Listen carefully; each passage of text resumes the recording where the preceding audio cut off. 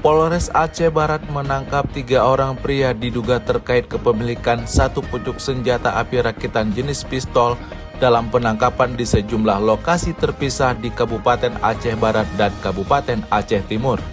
3 pria yang telah ditetapkan sebagai tersangka tersebut masing-masing berinisial S, 48 tahun, dan MN, 42 tahun, warga Melabuh, Kabupaten Aceh Barat, serta seorang pria berinisial J, 45 tahun, warga Desa Gede, Kecamatan Pedawa, Kabupaten Aceh Timur.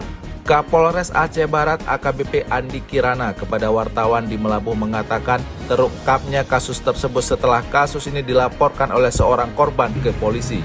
Adapun barang bukti yang sudah kami nampakkan tadi yaitu satu pucuk senjata api laras pendek, satu buah magazin, kemudian satu unit sepeda motor yang sudah diamankan, dan satu buah tas kulit coklat yang digunakan oleh pelaku untuk menyimpan atau menyembunyikan senjata pada saat melakukan pengancaman. Ketiga tersangka juga terancam pidana penjara selama 20 tahun atau penjara seumur hidup hingga pidana mati.